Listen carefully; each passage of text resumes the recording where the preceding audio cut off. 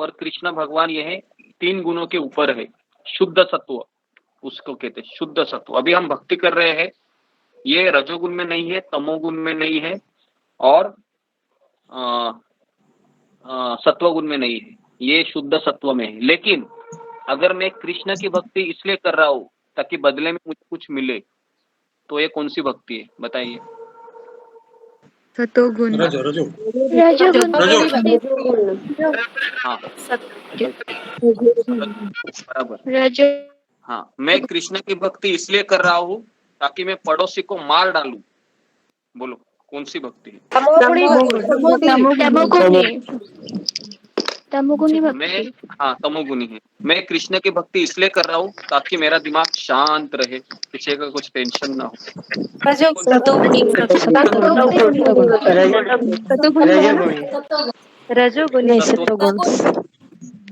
सत्वगुण वो रखना चाहता है। और गुरु की प्रसन्नता और कृष्ण की प्रसन्नता के लिए ही भक्ति कर रहा हूँ मैं। कौन सी भक्ति है ये? सतोगुणी। शुद्ध सत्वगुण। हाँ तो सत्व में आता है। ठीक है, तो आपको समझ में आ रहा है, वेरी गुड। ओके, तो अभी चौथा श्लोक में बताया है कि सात्विक मनुष्य देवताओं की पूजा करते हैं, राजसिक मनुष्य राक्षस की पूजा करते हैं और तामसिक मनुष्य भूत प्रेत की पूजा करते हैं। तो आपने देखा है तामसिक लोग जो तांत्रिक होते हैं, पता है, वो ऐसे तावीज वगैरह पहनते हैं और वो पता नहीं क्या क्या धूर करते हैं एकदम कमरे में, और उनका ऐसा बड़ा टीका रहता है, लाल वस्त्र पहनते हैं। तो बनारस में शमशान घाट में बहुत।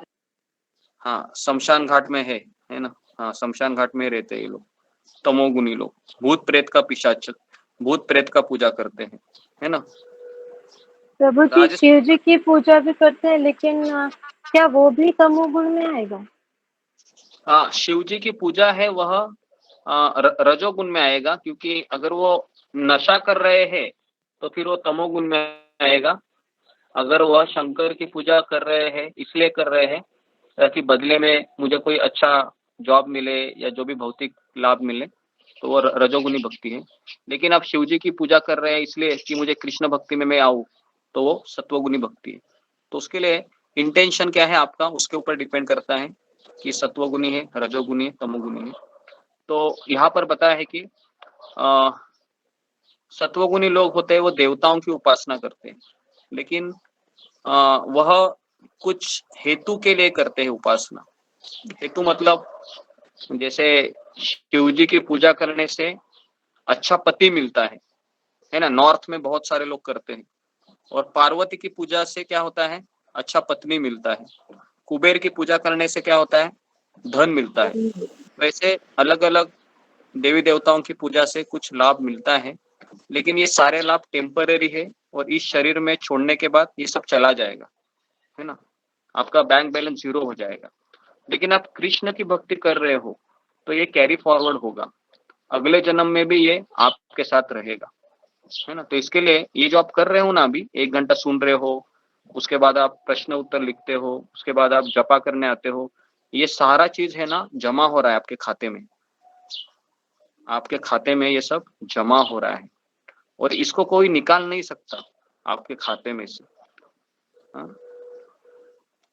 तो अगला जन्म है जब आपका मिलेगा, आपको मान लो कि 100% भक्ति नहीं होता है, तो अगला जन्म जब मिलेगा तो 50% भक्ति किया है तो 51% से चालू होगा फिर, है ना। वापस आप किसी भक्त के कांटेक्ट में आओगे और वापस आप 16 माला से शुरू करोगे फिर, है ना, एक्सप्रेस की तरह। जैसे हमारे इस्कॉन मंदिर में भी कुछ लोग आते हैं, अगले ही दिन 16 माला से शुरू करते, जैसा उनको आते हैं। तो हम उनको 2 माला 4 माला नहीं कर तुरंत।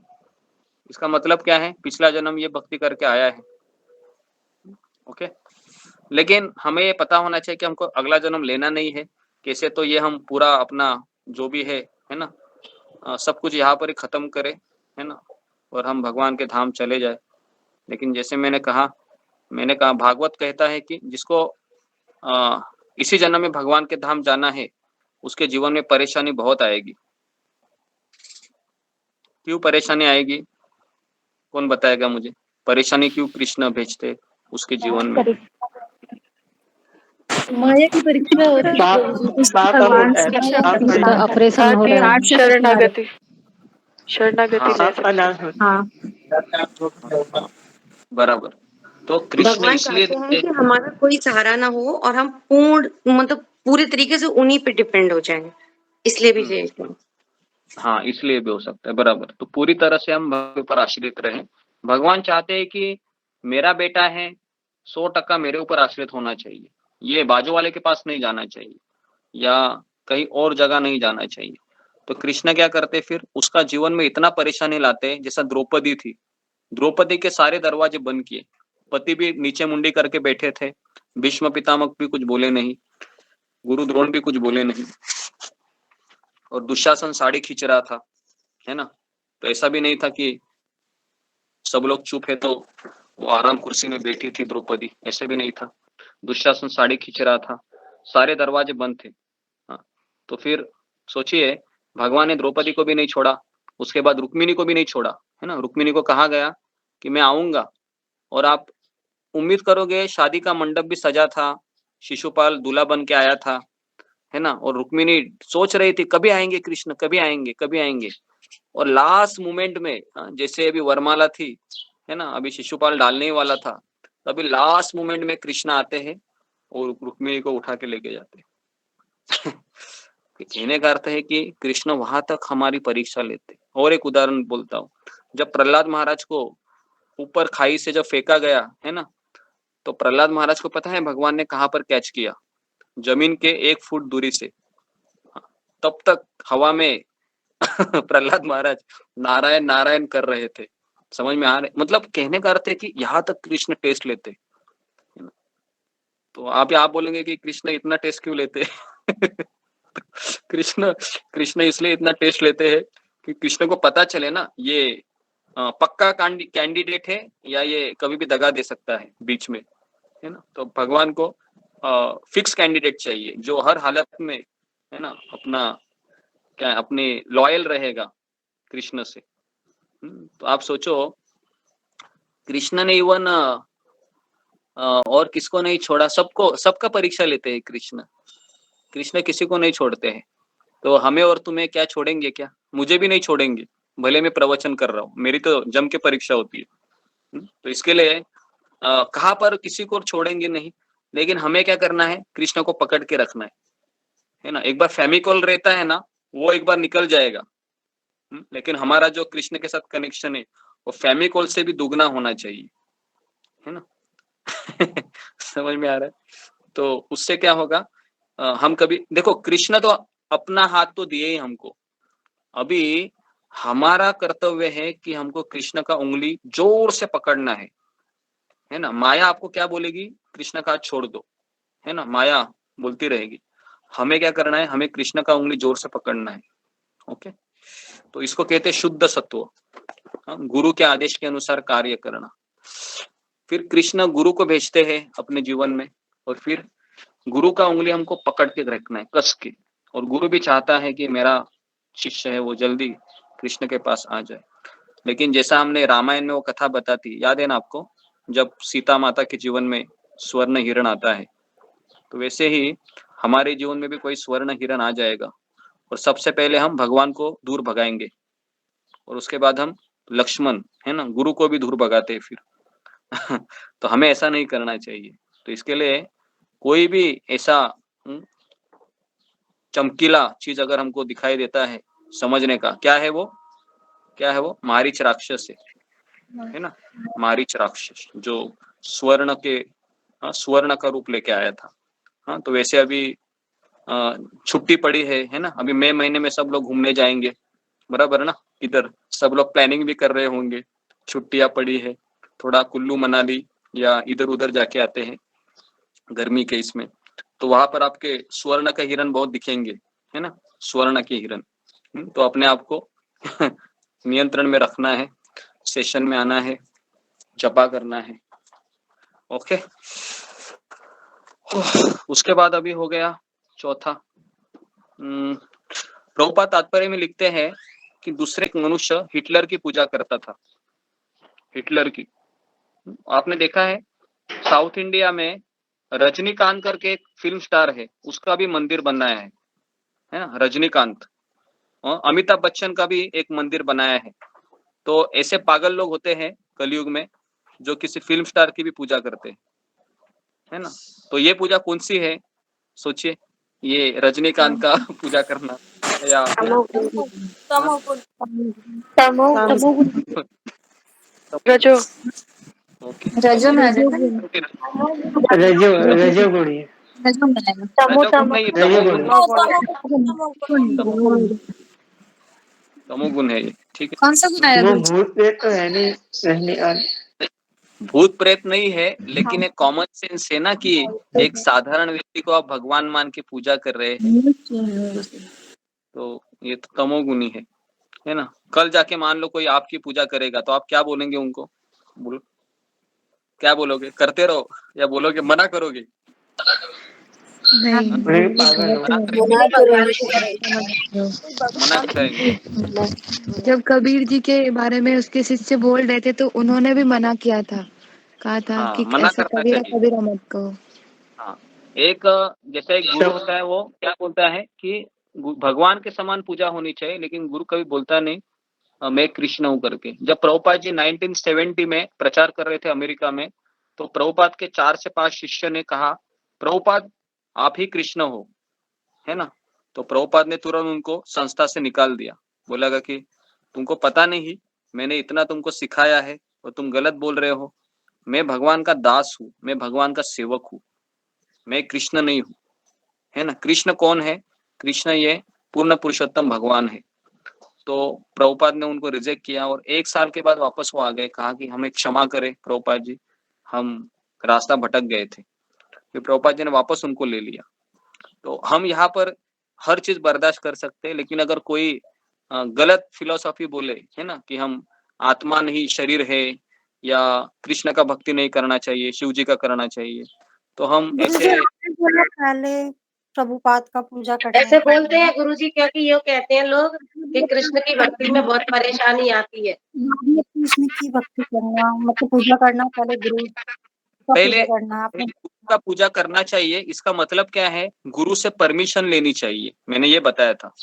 गुरु से परमिशन लेनी चाहिए, प्रभुपाद से परमिशन लेनी चाहिए, और फिर हमको कृष्ण की पूजा करनी चाहिए।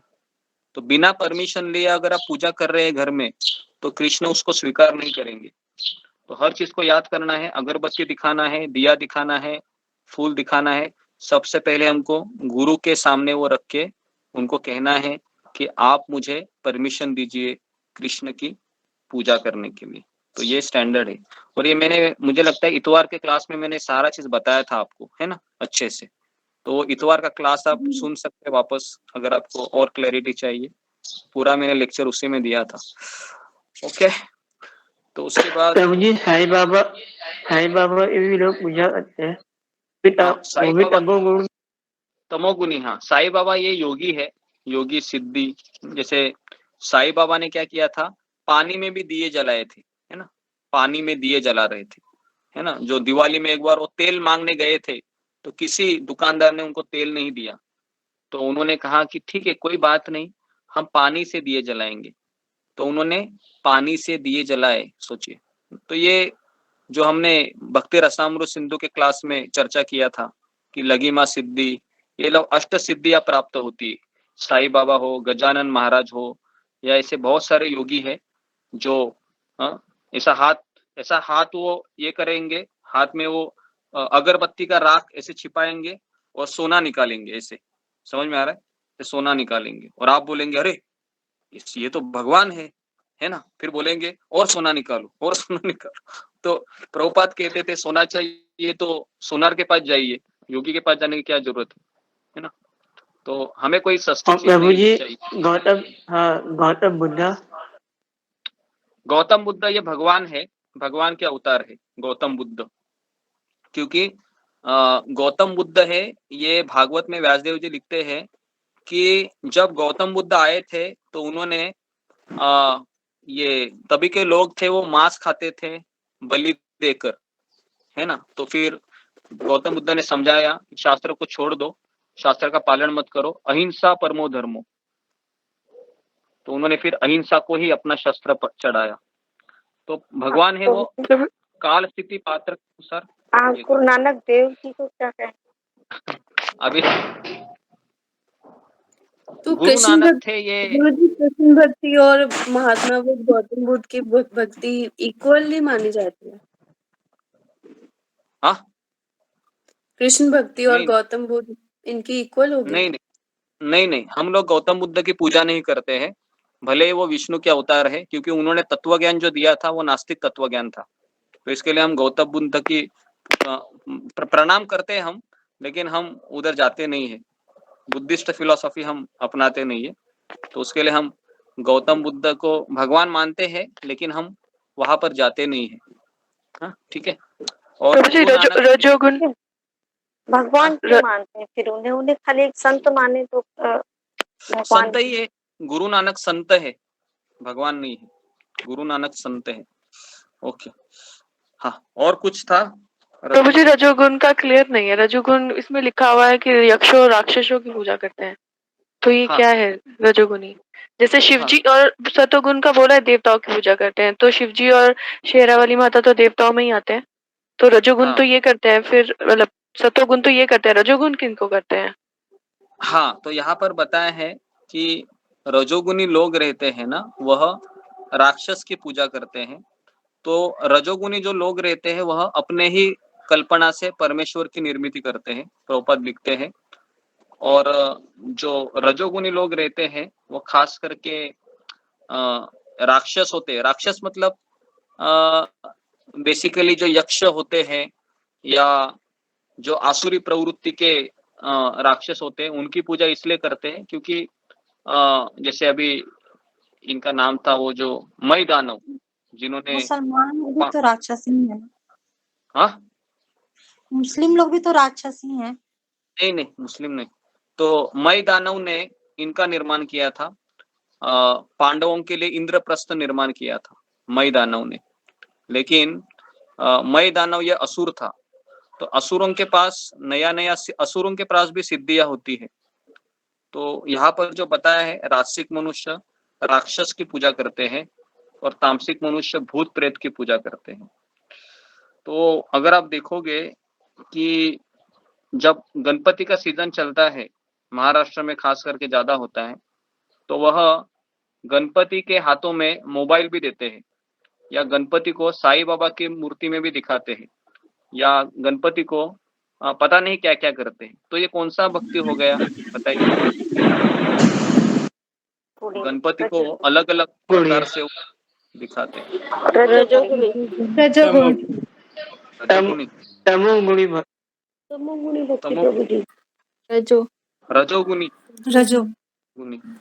रजोगुनी। हाँ, तो मनोकल्पित परमेश्वर की निर्मित करना।